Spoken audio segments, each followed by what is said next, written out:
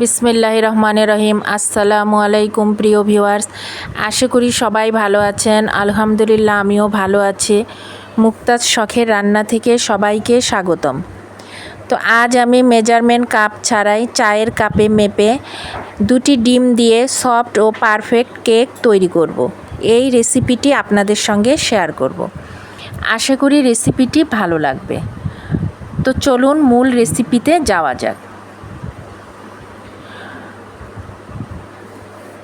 তো কেক তৈরির জন্য আমি এখানে একটি স্টিলের বাটি নিয়েছি।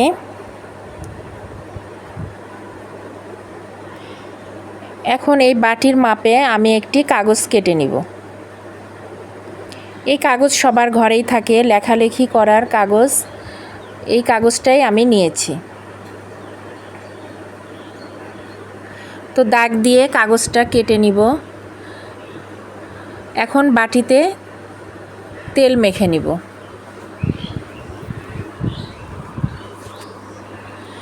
এই তেলটা আমি হাত দিয়েই ভালো করে মেখে নিব। ঘুরিয়ে ঘুরিয়ে বাটির চারিদিকে সুন্দর করে মেখে নিব। তো আপনারা এটা ব্রাশ দিয়েও করতে পারেন। এবার বাটিতে তেল মাখা হয়ে গেলে কাগজটা বসিয়ে দিব। কাগজটাতেও তেল মেখে নিব।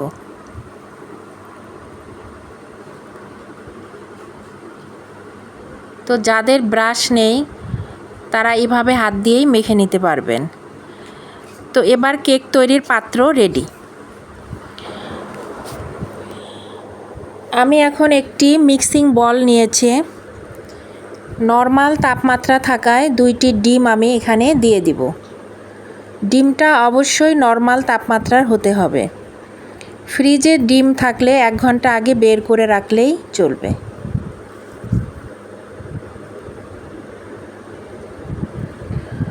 তো আমি এই কাপ দিয়ে 1 কাপ চিনি দিয়ে দিলাম।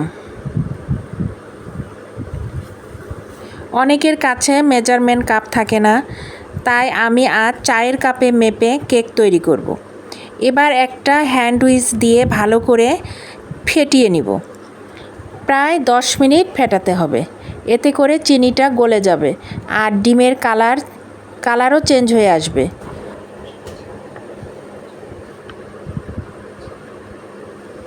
তো খুব ভালো করে ফেটিয়ে নেওয়ার পর দেখতেই পাচ্ছেন চিনিটা পুরোপুরি গলে গেছে আর ডিমের কালারটাও চেঞ্জ হয়ে এসেছে।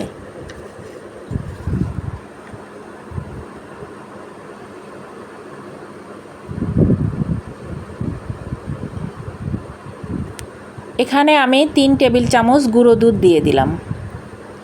দিয়ে এটা ভালো করে মিশিয়ে নিব।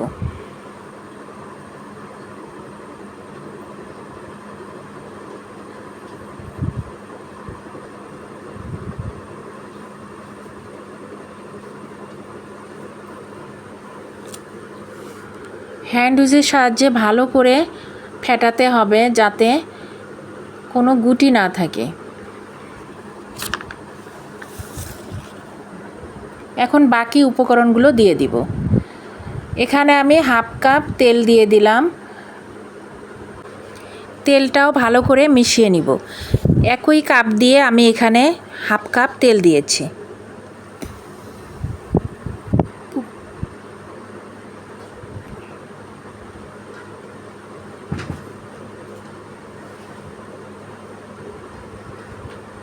সব উপকরণগুলো একটু সময় নিয়ে মেশাতে হবে।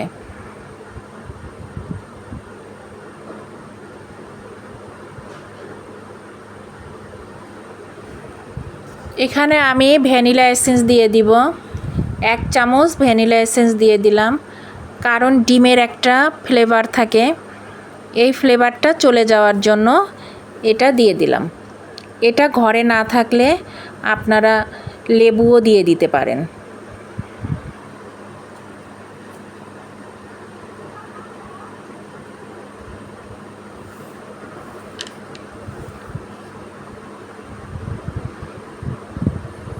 এখন হ্যান্ড উইচের সাহায্যে ভালোভাবে মেশাতে হবে।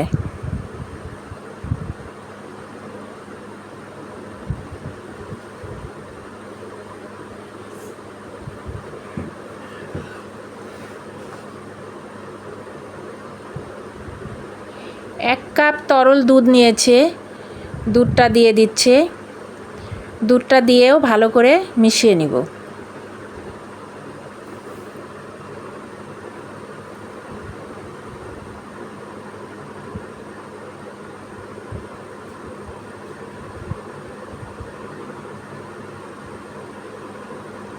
ভালো করে মেশানো হয়ে গেলে এখন শুকনো উপকরণগুলো দিয়ে দিব।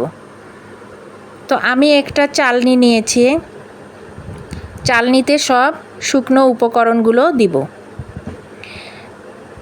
চায়ের কাপে মেপে 2 কাপ ময়দা নিয়েছি, সমান করে ময়দা দিয়ে দিলাম। কাপের সমান করে ময়দা নিয়েছি। তো 1 চামচ বেকিং পাউডার নিয়েছি। এবার শুকনো উপকরণগুলো চেলে নিতে হবে। কেকে ময়দা বা আটা অবশ্যই চেলে দিবেন, তাহলে কেকের ভিতর কোনো লাম্পস হয় না।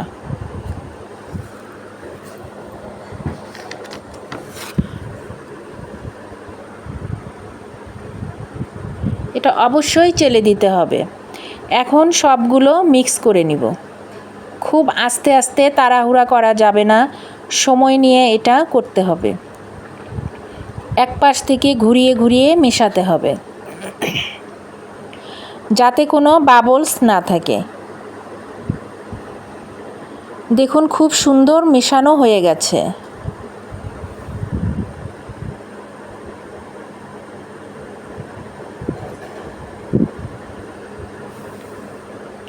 ব্যাটারটা খুব বেশি পাতলাও হবে না, আবার খুব বেশি ঘনও হবে না।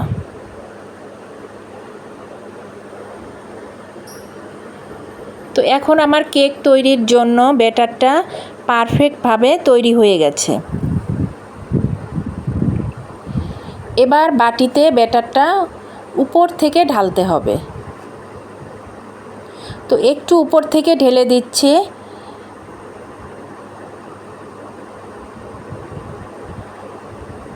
সবগুলো ভালোভাবে ঢেলে দিব। উপর থেকে ঢাললে হয় কি, ভিতরে কোনো বাতাস থাকলে তা ভেঙে যায়। এবার একটা কাঠির সাহায্যে ঘুরিয়ে ঘুরিয়ে বাতাস থাকলে বের হয়ে যাবে।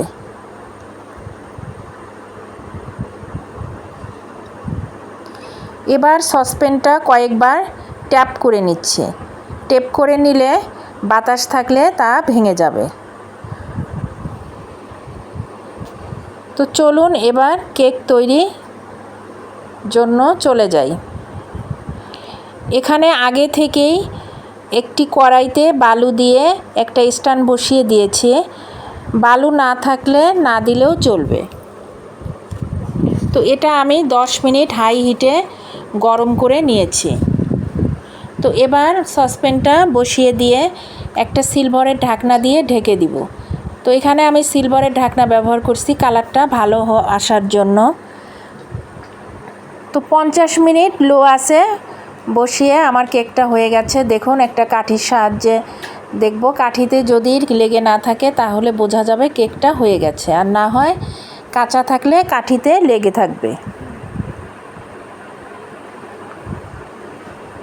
তো কেকটা ঠান্ডা হয়ে গেলে একটা চামচের সাহায্যে আমি চারপাশ থেকে এটা আলগা করে নিব।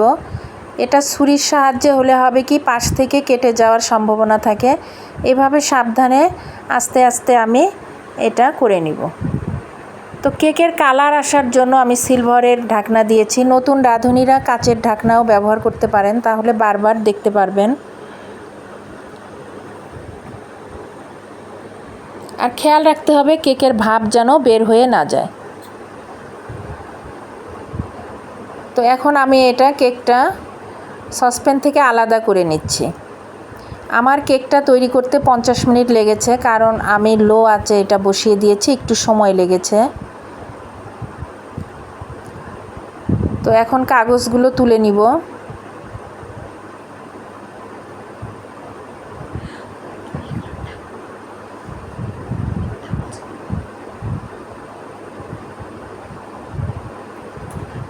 দেখুন মাশাআল্লাহ কত সুন্দর হয়েছে কেকটা।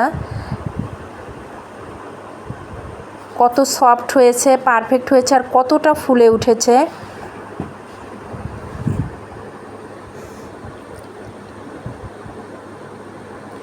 কেকটা অবশ্যই লো আঁচে করবেন, এতে সময় লাগলেও কেকটা ভালো হবে, সফট হবে, পারফেক্ট হবে। তো আমি কেটে দেখিয়ে দিচ্ছি। তো রেসিপিটি ভালো লাগলে একটা লাইক, শেয়ার, কমেন্ট করবেন। আমার চ্যানেলটিতে নতুন হলে একটা সাবস্ক্রাইব করে পাশে থাকবেন। তো দেখুন কেকটা কত সফট হয়েছে, মাশাআল্লাহ অনেক সুন্দর হয়েছে, খেতেও অনেক মজা হয়েছে।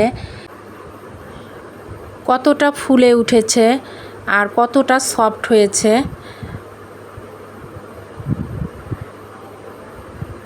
তো নতুন রাঁধুনিরা এভাবে মেপে মেপে, চায়ের কাপে মেপে মেপে করবেন, এরকম পারফেক্টভাবেই কেক তৈরি করতে পারবেন। তো আশা করি রেসিপিটি ভালো লেগেছে। সবাই ভালো থাকুন, সুস্থ থাকুন। আগামীতে আবার কোনো রেসিপি নিয়ে আসব ইনশাআল্লাহ। আল্লাহ হাফেজ। আসসালামু আলাইকুম।